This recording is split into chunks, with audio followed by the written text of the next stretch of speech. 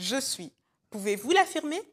Après la trahison, l'abandon, le rejet, voire même l'ascension, la félicité, où êtes-vous? Face aux affronts et acclamations de ses contemporains, Jésus n'a pas hésité lors de sa mission à déclarer « Je suis ». À tel point qu'à terme, tous furent frappés de son enseignement. N'est-ce pas lui, le chemin à suivre pour quiconque affirme « Je suis envoyé » ? Nous sommes sur les traces de Jésus.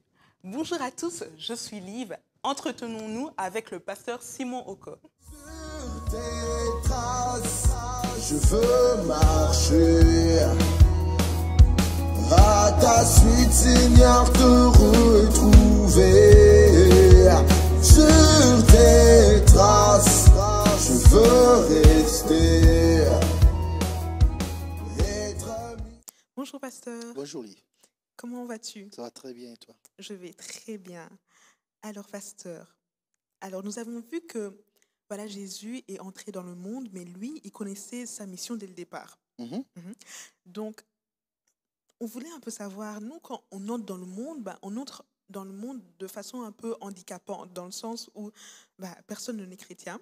Ouais. Et parfois, il faut attendre plusieurs décennies avant de voir arriver cette rencontre avec Jésus. Donc, comment faire pour que cette situation n'arrive pas aux générations suivantes? Comment nous, qui avons accepté Jésus un peu, je dirais pas tard, mais qui avons accepté Jésus, comment faire pour que les générations suivantes ne puissent pas attendre autant de temps? Ça, c'est une très bonne question. En fait, il faut simplement jouer son rôle. Tu as dit que Jésus est venu au monde et Jésus savait, connaissait la volonté ou savait ce qu'il devait faire.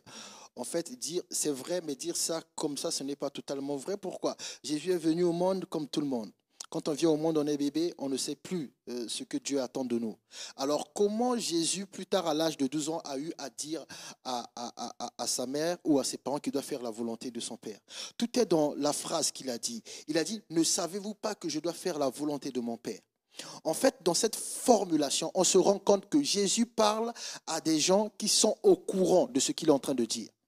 Et si on pousse le bouchon plus loin, on se rendra compte qu'en fait, Jésus était au courant de sa mission grâce à ses parents. Donc, ce sont ses parents qui lui ont raconté qui il était et ce qu'il devait faire. Ok? Il y a d'abord eu la visite de l'ange à Marie pour dire à Marie qui serait l'enfant, et il y a eu la visite de l'ange à Joseph pour dire que l'enfant est l'enfant de Dieu et l'enfant a été conçu pour tel plan. Eux, comme ils savaient ce plan, ils connaissaient le plan, alors quand l'enfant a commencé à grandir, ils ont fait ce que recommande la parole du Seigneur, élever l'enfant dans ses voies afin qu'il ne s'en détourne pas. Donc Jésus, lui, très tôt, il a su ce qu'il était censé faire sur la terre parce qu'il avait des parents qui connaissaient la volonté de Dieu pour Jésus. Donc, à notre tour, quand nous recevons Jésus, que ce soit plus tard, que ce soit très tôt, une fois que nous devenons parents, c'est pour ça qu'en fait l'Église insiste pour que les mariages soient, par exemple, des mariages chrétiens, les familles chrétiennes, pour donner un enfant. Et quand Dieu va donner cet enfant à ce couple de serviteurs, à ce couple des gens qui appartiennent à son peuple, le Seigneur donnera également une ligne directrice pour comment élever l'enfant. Le Seigneur dira toujours aux parents qui est l'enfant. Il y a beaucoup de parents qui n'ont pas su qui est l'enfant ou Dieu n'est pas venu leur dire qui est l'enfant. Pourquoi? Ils ne font pas partie du peuple de Dieu.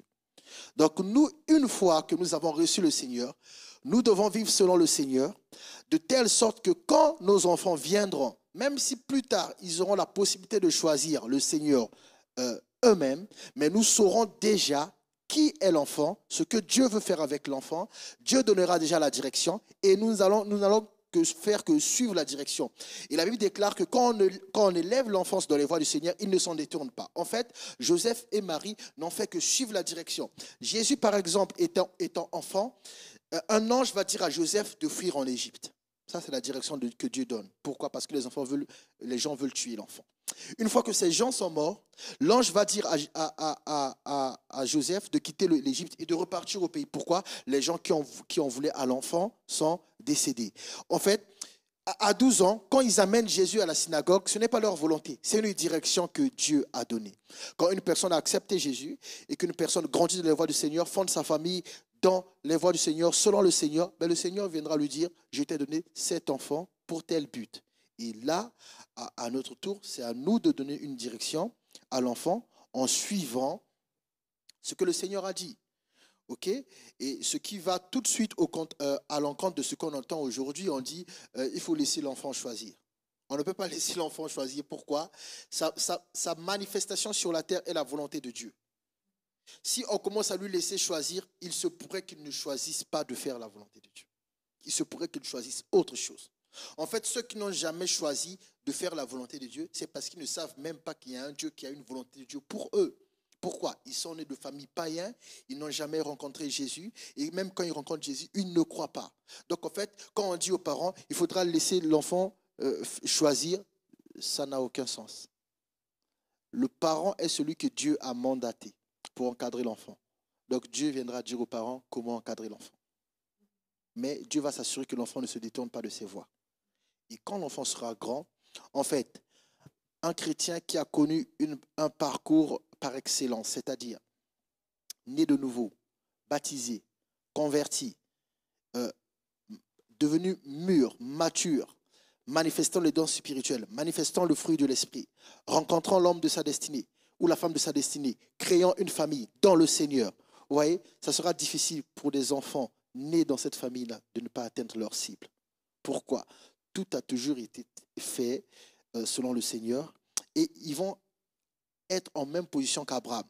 Les gens pensent que Dieu a choisi Abraham pour que Abraham bénisse le peuple, le monde entier. Non, la Bible déclare, j'ai choisi Abraham afin qu'il enseigne à ses enfants qui je suis. Dieu a choisi Abraham afin que Abraham enseigne à ses enfants, aux enfants de ses enfants, qui est Dieu. En fait, à chaque fois que Dieu choisit une personne, c'est pour que cette personne se charge d'enseigner à ses enfants qui est Dieu. Pourquoi? Parce que Dieu, il sait qu'à un moment, il va se révéler dans chaque génération pour que chaque génération fasse la volonté. Mais or, si on n'a pas enseigné l'enfant selon Dieu, dans les voies de Dieu, quand Dieu va se révéler, il y aura un problème. Donc, en fait, comment faire pour ne pas perdre du temps? En fait, il faut juste fonder une famille, se marier, entrer dans l'institution créée par Dieu, selon Dieu. Quand ça sera selon Dieu, vous allez voir que les enfants qui vont grandir, qui seront de cette lignée-là, seront toujours dans une lignée bénie. Pourquoi? Ils connaissent l'histoire. Quand on prend l'exemple de Gédéon, Gédéon a dit à l'ange, où est le Dieu qu'on nous a raconté? Où sont les exploits? Et c'est là que l'ange va lui donner la solution. Pourquoi? Il était dans une lignée. Il connaissait Dieu. Il était élevé selon les voies de Dieu, mais lui manquait juste une information. Cette information, c'était quoi? Il y a quelque chose qui se faisait dans sa lignée qui empêchait Dieu de se manifester pleinement. Quand il a été renversé cela, Dieu s'est manifesté. Donc en fait, il faut vivre dans les voies du Seigneur, fonder sa famille dans le Seigneur, avoir des enfants dans le Seigneur. Ces enfants seront au Seigneur et le Seigneur va les encadrer lui-même. Ok. Donc parents, futurs parents, donc il y a un mandat qui repose sur vos têtes et un devoir de transmission. De transmission, oui. D'accord. Maintenant, revenons un peu sur l'histoire de l'humanité. Oui. Donc on voit ou on a vu qu'il y avait beaucoup de personnes qui sont mortes pour une cause qui leur était chère. Donc certaines personnes, par exemple, sont mortes pour leur dulcinée. Oui. D'autres sont mortes pour l'amour de leur patrie. Oui. On a pu le voir il n'y a pas si longtemps dans l'histoire de la Libye. On a pu le voir, par exemple. Mais les choses n'ont pas spécialement bougé ou occasionné l'effet escompté. Oui. Et qu'est-ce qui différencie ces personnes de Jésus? Pourquoi quand Jésus meurt, c'est la vie qui jaillit? Et quand ces personnes meurent, il y a tristesse qui s'ensuit. Qu'est-ce qui se passe? La différence est que Jésus est mort pour la bonne cause. Ces personnes sont mortes pour des choses que les hommes trouvent bonnes. Il est bon pour mourir pour son pays. Or, la bonne cause, c'était quoi? Dieu voulait racheter le monde. Jésus n'est pas mort parce qu'il aime trop le monde. Jésus n'est pas mort parce qu'il aime trop sa patrie. Jésus est mort parce qu'il sait que sa mort qui sera suivie de sa résurrection va occasionner le fait que Dieu va avoir la même mise de nouveau sur des hommes. En fait, Jésus est mort pour que Dieu récupère les hommes. Or, que Dieu est le maître de la vie. Or, celui qui meurt pour sa dulcinée, bon, là où il est parti, ne le sait certainement pas. S'il est mort pour sa dulcinée, ça signifie que c'est une belle femme. Ok? Donc, si c'est une belle femme et qu'elle est morte, ça signifie qu'elle est désengagée de cette obligation de rester fidèle. Certainement, le jour de son enterrement, il y avait certainement déjà son futur mari qui le regardait.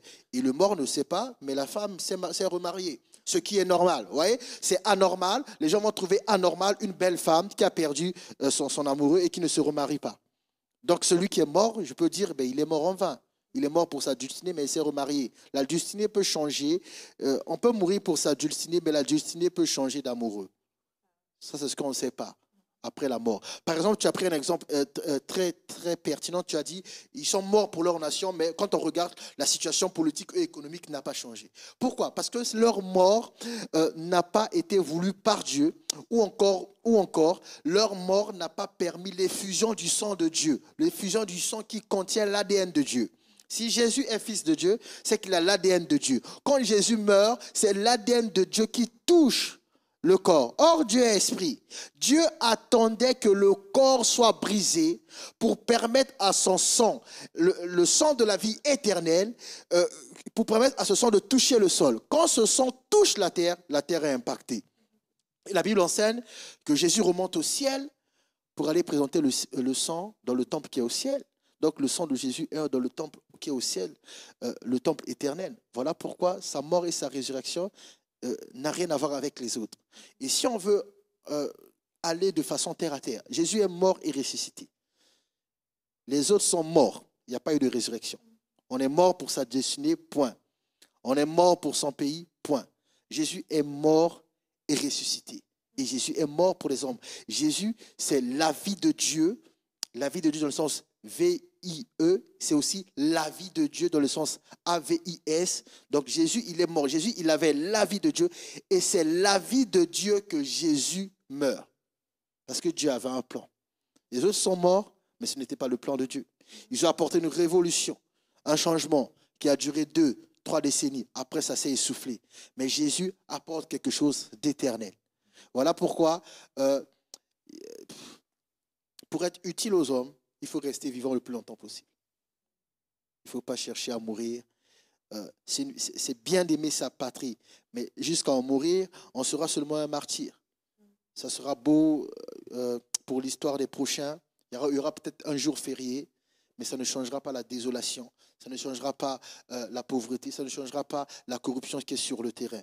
En fait, pour éradiquer un système, la personne doit vivre le plus longtemps possible et former d'autres personnes qui seront ses disciples.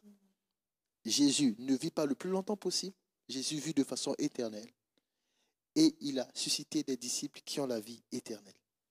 Voilà pourquoi l'Église est la mieux placée pour apporter tout changement sur la terre. Ok, c'est quand même très important ce que tu dis, parce que voilà, les martyrs, on le voit à l'école, on le voit quand même comme des héros. Oui. Il y a même des places qui portent leur nom finalement. Oui. Mais avant que quelqu'un voilà, s'engage dans un combat quelconque, est-ce qu'on peut dire que toutes les causes ne se valent pas? Toutes les causes ne se valent pas. La véritable cause qui intéresse l'humanité, c'est vivre dans la paix. Alors, ils pensent que vivre dans la paix, c'est vivre dans des consensus, dans des processus démocratiques où on vote des lois. Ça, ce n'est pas vivre dans la paix. Ça, c'est essayer d'atteindre la perfection. La perfection a déjà été atteinte par un homme qu'on appelle Jésus. Par exemple, tu as dit quelque chose d'intéressant. Il y a des monuments par-ci, par-là. Récemment, il y a eu des inondations en Belgique. Les monuments ont été déplacés. Donc, l'eau n'a même pas eu le respect du monument. L'eau agit comme si c'était un tas de ferrailles qu'on déplacé. Nous, on a été choqués. Mais personne n'a été choqué de voir que le monument qui symbolise la bravoure a été bougé par l'eau. Or, Jésus ne peut pas être bougé par l'eau. Jésus a marché sur l'eau. L'eau craint Jésus. L'eau a obéi à Jésus. Donc, c'est bien. Il y a des causes. Les hommes sont là pour apporter le changement. OK? Mais si une personne doit mourir, que ce soit pour l'évangile, que ce ne soit pas pour une démocratie, que ce soit vraiment pour la cause de l'évangile. Pourquoi?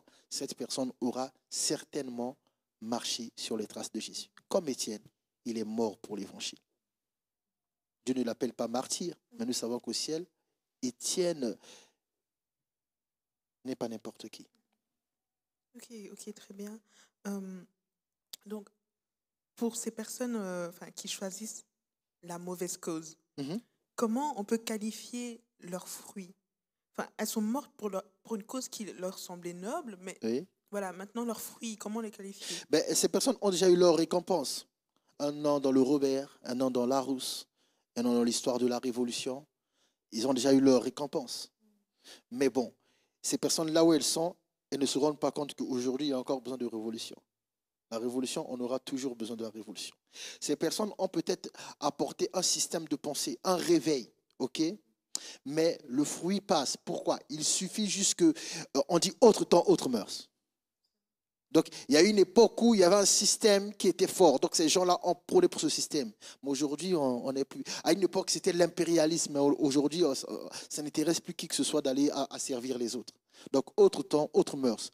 Dès qu'on change de temps, on change de mœurs. Le fruit qui était important on va se rendre compte qu'en fait, il est inutile.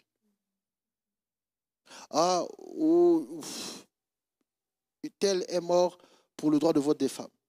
Aujourd'hui, on va se rendre compte qu'il y a des femmes qui veulent dire, bon, de toute façon, ils sont tous malhonnêtes, pourquoi aller voter? Mais il y en a qui sont morts pour ça. Autre temps, autre mœurs. Or, Jésus traverse le temps. Voilà pourquoi lui, c'est la véritable cause. Ok, parfait. Choisissons la bonne cause, en tout cas, avant de perdre notre énergie à apporter de mauvais fruits, finalement. On va se terminer sur ce point et on pourra encore réfléchir dessus et revenir dans un autre épisode. D'accord, à la prochaine. À la prochaine, merci. Sur tes traces, je veux marcher. À ta suite, Seigneur, te roule.